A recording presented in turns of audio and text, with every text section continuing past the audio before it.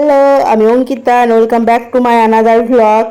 আজকে আমরা সপরিবারে বেরিয়ে পড়েছিলাম একটা সুন্দর পবিত্র জায়গার উদ্দেশ্যে। সেটা হচ্ছে ঝাড়খণ্ডের বাবা বৈদ্যনাথ মন্দিরের উদ্দেশ্যে। তাই জন্য আমরা সকাল সকাল রামপুরহাট স্টেশনের উদ্দেশ্যে বেরিয়ে পড়েছিলাম, আর সেখান থেকেই আমরা ট্রেনটা ধরবো। আর আমাদের ট্রেনটা ছিল 12টা 20-তে।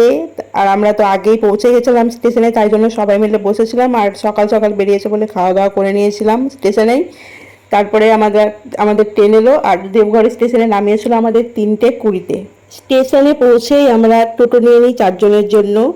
আর আমরা স্টেশন থেকে সৎসঙ্গ বিহার গেছিলাম, আর সৎসঙ্গ বিহারের কাছেই আমরা রুমটা ভাড়া নিই।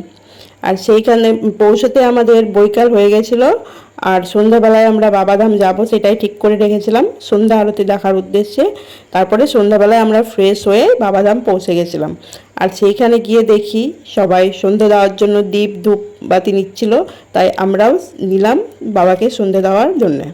তো সেইখানে নিয়ে দেখো আমরা সবাই সন্ধ্যা দিচ্ছি। সন্ধ্যে দেওয়ার পর শুরু হয় বাবাধামে সন্ধ্যে আরতি। আর সেই সন্ধ্যে আরতি দেখার জন্য অনেক শয়ে শয়ে লোক জড়ো হয়ে গেছিল, ভক্ত সব। দেখো সেইখানে সন্ধ্যা আরতি হচ্ছে, কি সুন্দর লাগছে, একদম মন একদম শান্ত হয়ে গেছিল। সন্ধ্যে আরতি হয়ে যাওয়ার পর আমরা মন্দিরে কিছুক্ষণ বসেছিলাম।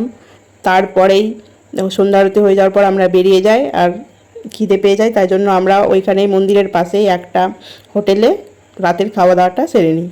খাওয়া দাওয়া সেরেই আমরা রুমে চলে আসি, কারণ ভোর ভোর পরের দিন ভোরবেলা আমাদের বেরিয়ে যাওয়ার কথা ছিল 4টের সময় আবার বাবাধামে পুজো দেওয়ার জন্যে। তাই চলে আসি রুমে।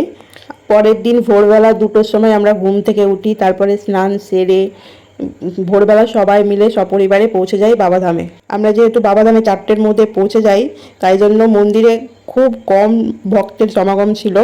আর তারপরে আমরা সেখানে গঙ্গা জল, ফুল, বেলপাতা সব নিয়ে নিই। তারপরে যা যা আর কি হয় সেগুলো করে নিয়ে আমার আর আমার পাশে যে ছিল আমার বোন, আমরা দুজন মিলে পুজো দিয়ে দিই। আর আমার বাবা মা লাইনে দাঁড়ায়, ভিআইপি লাইনে দাঁড়িয়েছিল 5:30টার সময়, আর তাদের পুজো হয়েছিল 8টার সময়। আর আমাদের তো একটা স্পেশাল ট্রিটমেন্ট পেয়েছিলাম, 10 মিনিটের মধ্যে আর কি আমাদের পুজোটা হয়ে যায়। কথায় আছে রাবণ নাকি নিজের মাথা কেটে শিবকে অর্পণ করেছিল তাকে লঙ্কায় নিয়ে যাওয়ার জন্য, আর শিব খুশি হয়ে তাকে নাকি এই জ্যোতির্লিঙ্গটি দেন। কিন্তু শর্ত ছিল একটাই বাবা মহাদেবের, মাটিতে রাখলে আর কখনো ওঠা যাবে না। আর ঠিক এইখানেই শিবলিঙ্গটি প্রতিষ্ঠিত হয়ে যায়। আর এর মধ্যে আমাদের পুজো হয়ে যায়। আর তারপর আবার আমরা রুমে চলে আসি ফ্রেশ হয়ে।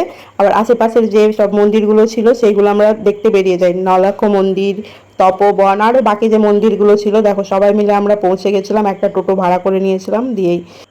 আর আমরা দেখো তপবনে গিয়েই তপবনে পুরোটা ঘুরে নিলাম। আর সেখানে তপবনে গিয়েই আমরা দুপুরের খাওয়া দাওয়াটা সেরে নিয়ে আবার রুমে ফিরে এসেছিলাম সন্ধ্যেবেলায়। তারপরে আমরা রুমে চলে আসি। এটাই ছিল আমার দেবগড়ের ভ্লগ। ভালো লাগলে like, comment, share and subscribe করে দেবে। বাই।